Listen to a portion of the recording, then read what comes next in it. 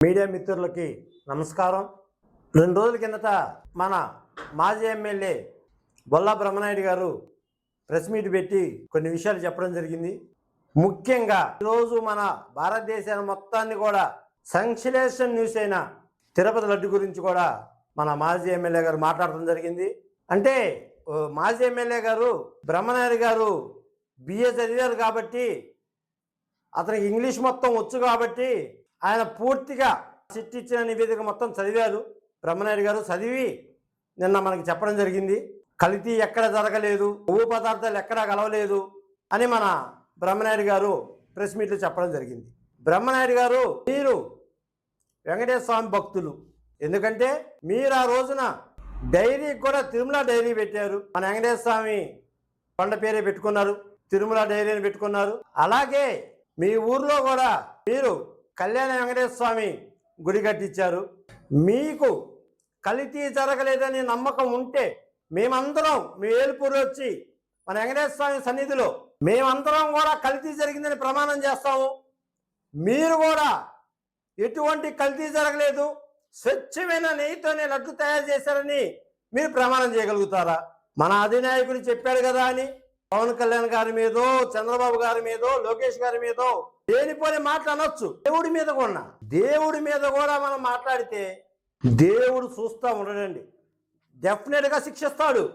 అట్ట శిక్షించబడే 151 నుంచి 11కి వచ్చారు మీరు. వైసీపీలో ఉన్న హిందువులందరికీ కూడా నా మనవి, దేవుడితో పెట్టుకోవద్దండి. ఈ నాయకుడు చెప్పారు కదా అని జరిగిన అన్యాయాన్ని ప్రశ్నించకుండా మీరు ఉండమాకండి. తప్పు జరిగింది. అసలు తిరుపతి అంటే ఈ ప్రపంచంలోనే రోమ్ దేవాలయం తర్వాత అతి ఎక్కువ మంది భక్తులు వచ్చే దేవాలయం ఏదయ్యా అంటే తిరుపతి. ఇది మీరు లడ్లు 250 కోట్లు ఇది చేశారు, 250 కోట్లు దానికోసం కాదు, హిందువుల మనోభావాలు దెబ్బతీయడానికి జరిగిన సంఘటన ఇది. ఎందుకంటే మన తిరుపతి లడ్డు అంత ఫేమస్. తిరుపతి లడ్డు కోసం గంటల నుంచొని మరి లడ్డు తీసుకుని వచ్చుకునే పరిస్థితిలో ఉంది. అంటే లడ్డుని మీరు కావాలని తిరుపతి ప్రతిష్టని దిగజార్చడానికి చేసిన పని వైసీపీ గవర్నమెంట్. అలాగే నిన్న మన బొల్లా బ్రహ్మనాయుడు గారు సూపర్ 6 గురించి మాట్లాడుతున్నారు. అసలు బ్రహ్మనాయుడు గారు మైక్ ఉంది కదా అని ఏది పడితే అది మాట్లాడతాం కదా సార్. మీరు 2000 పెన్షన్ని 3000 చేయడానికి 5 సంవత్సరాలు పట్టింది. మా కూటమి వచ్చిన తర్వాత 3000 పెన్షన్ 4000 ఫస్ట్ నెల నుంచి మేము ఇస్తానన్న 2 నెలలు కలిపి ఒకేసారి ఇవ్వడం జరిగింది. వికలాంగులకి 3000 నుంచి ఒకేసారి 6000 చేయడం జరిగింది.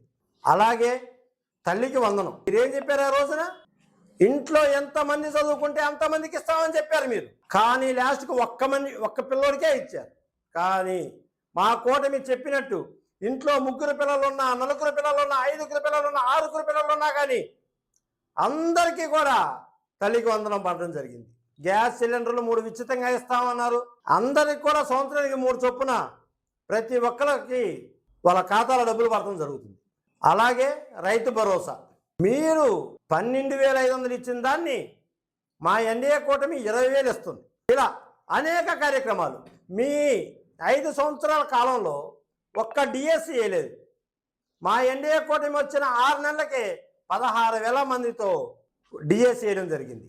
అలాగే కానిస్టేబుల్ నియమించడమే కాకుండా ఎప్పటి నుంచో వాళ్ళ స్టేపండ్ 4,500 ఉన్నదాన్ని ఒక్కసారిగా 12,500 చేసింది మా ఎన్డీఏ కూటమి. మీరు సగం తెలిసి సగం తెలవకుండా మాట్లాడమాకండి. అలాగే ముఖ్యంగా ఈరోజు మీరు వినోకొండ అభివృద్ధి గురించి మాట్లాడుతున్నారు. బ్రహ్మనాయుడు గారు జనసేన, టీడీపీ, బీజేపీ, వైసీపీ వీళ్ళెవ్వరు కాకుండా ఒక 10 మందిని, వినుకొండలో తటస్థంగా ఉండే 10 మంది మేధావుల్ని, రిటైర్డ్ టీచర్స్ కావచ్చు, రిటైర్డ్ ఎంఆర్ఓలు కావచ్చు, ఎవరినైనా సరే 10 మందిని సెలెక్ట్ చేస్తామండి. సెలెక్ట్ చేసి మీరు 5 సంవత్సరాల్లో ఏం అభివృద్ధి చేశారు, ఆ ఎన్డీఏ కూటమి ఆంజనేయ గారి ఆధ్వర్యంలో 20 నెలల్లో ఏం చేశారు అన్నది ఓ నివేదిక తెప్పించుకుందామండి. ముఖ్యంగా మీరెన్ని బ్రిడ్జిలు కట్టించారు, ఆంజనేయ గారు ఎన్ని బ్రిడ్జిలు కట్టించారు, తర్వాత సీఎం రిలీఫ్ ఫండ్ 5 సంవత్సరాల్లో మీరెంత సీఎం రిలీఫ్ ఫండ్ ఇచ్చారు. మా ఎన్డీఏ కూటమి 20 నెలల్లోనే 1518 మంది వ్యక్తులకి 10,20,00,000 ఇవ్వడం జరిగింది. ఏది 20 నెలల్లోనే. మీ 5 సంవత్సరాల్లో మీరు సీఎం రిలీఫ్ ఫండ్ తరపున ఎంతమందికి జనానికి ఎంత ఇచ్చారు? అలాగే మీరు ఎన్ని సీసీ రోడ్లు వేశారు? ఈ రోజున కూటమి ప్రభుత్వంలో ఆంజనేయ గారి ఆధ్వర్యంలో ఈ 20 నెలల్లో ఎన్ని సీసీ రోడ్లు వేశారు? అలాగే మీరు మున్సిపాలిటీలో ఏమేమి పనులు చేశారు 5 సంవత్సరాలు? ఇప్పుడు ఎన్డీఏ కూటమి ఏమేమి చేసిందో కూడా వివరణ తీసుకుందాం. అలాగే మీరు మున్సిపాలిటీలో 6 కోట్లు అప్పు చేసిపోయారు. పని చేయించుకోవడం, దానికి డబ్బులు కూడా ఇవ్వకుండా 6 కోట్లు అప్పు పెట్టిపోయారు. ఈ రోజు ఈ 20 నెలల్లో పనిచేసిన వాళ్ళకి ఎన్డీఏ కూటమి ఎంత చెల్లించిందో కూడా చూద్దాం. ఎందుకంటే మేము చేసాం అనుకునే కన్నా వినకొండ జనానికి కూడా, వినకొండ ప్రజలకు కూడా ఒక అవగాహన వస్తుంది. ఎవరు మంచోళ్ళు, ఎవరు చెడ్డోళ్ళు, ఎవరు ఇదని. మీరు చెప్పగానే చెడ్డోళ్ళు గారండి.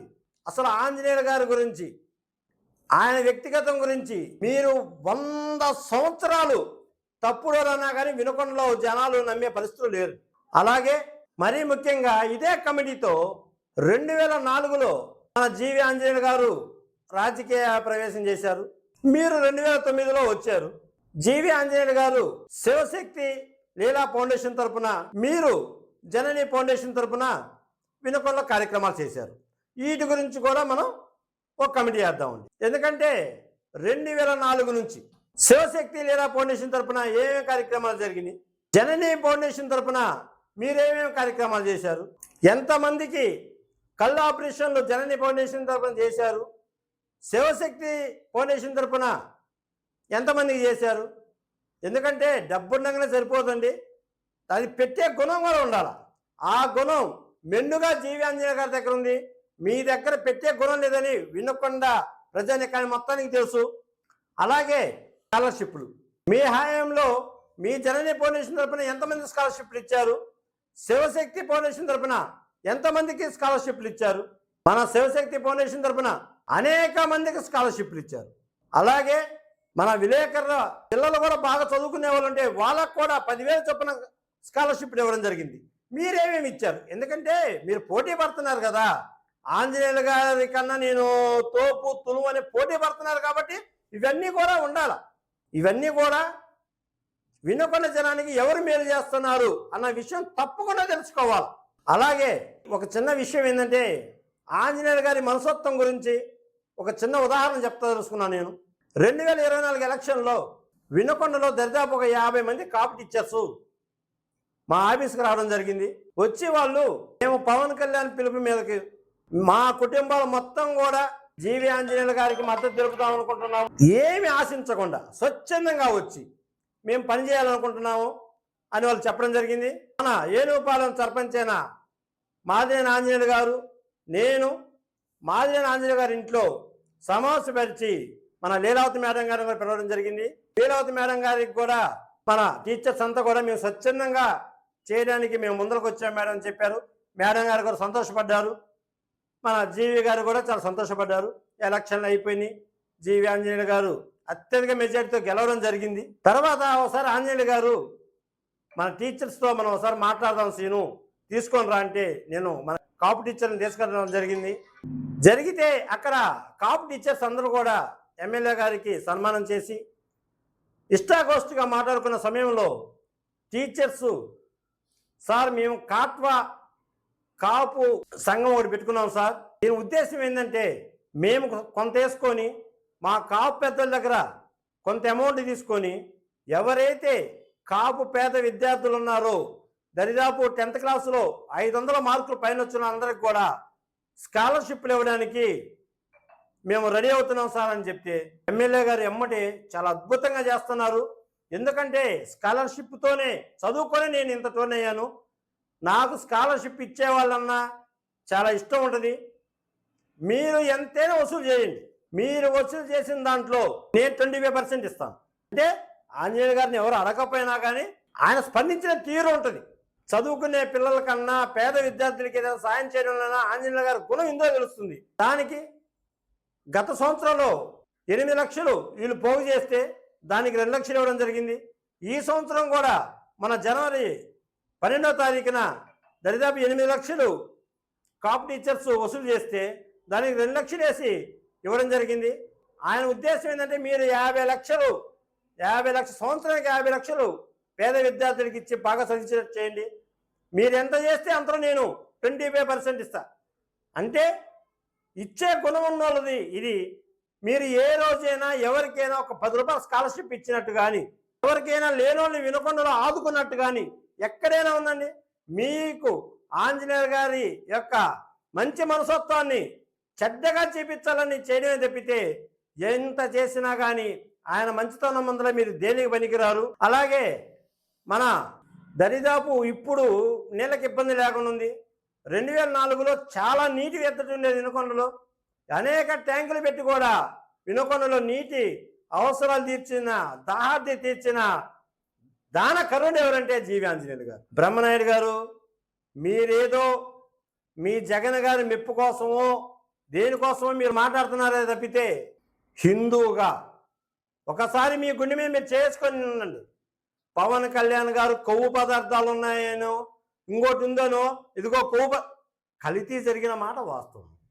కల్తీ జరిగిన దానికి మీరు ఇంత రాధాంతం చేస్తున్నారంటే మీ దేవుడు అన్నీ చూస్తూనే ఉంటారు. ఎప్పుడు శిక్ష, ఒకప్పుడు మనం ఏదైనా తప్పు చేస్తే మన మనలో జరిగేది. ఇప్పుడు అట్ట కాదు, ఎవరి శిక్ష వాళ్ళకే వేస్తున్నారు. హిందువులందరికీ కూడా మీరు కొంచెం ఆలోచించండి. ఏమి జరుగుతుంది? మన దేవుడి మీద దాడులు జరగబోతున్నాయి, మన హిందుత్వానికే మచ్చ రాబోతుంది. ఇవన్నీ ఆలోచించాలని కోరుకుంటూ, అలాగే పవన్ కళ్యాణ్ మీద అవాకులు వెళ్తున్నా మన మాజీ మంత్రి అనిల్ కూడా ఒకటే చెప్తున్నాం.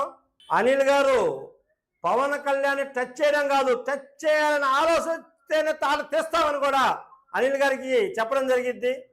అలాగే వినుకొండ నియోజకవర్గం జీవి ఆంజనేయ గారి ఆధ్వర్యంలో చాలా వేగంగా అభివృద్ధి చెందుతుంది. ఆయన యొక్క వ్యక్తిగతాన్ని ఎవ్వరు కూడా మచ్చ తేవాలంటే తీసుకురాలేరు. అతని యొక్క మంచితనంతోనే వినుకొండ అభివృద్ధికి ముందుకు సాగుతుంది. బ్రహ్మనాయుడు గారు ఇవన్నీ తెలుసుకొని ఏదో 15 రోజులకు వచ్చి ప్రెస్ మీట్ పెట్టి ఏదో 4 మాట్లాడిపోతే సరిపోద్ది అనుకుంటున్నారు. మిమ్మల్ని అందరూ గమనిస్తూనే ఉన్నారు. మీరు ఇప్పటికైనా తెలుసుకొని దేవుడితో పోటీ పడకుండా మీ తప్పును మీరు తెలుసుకోవాలని కోరుకుంటూ సెలవు.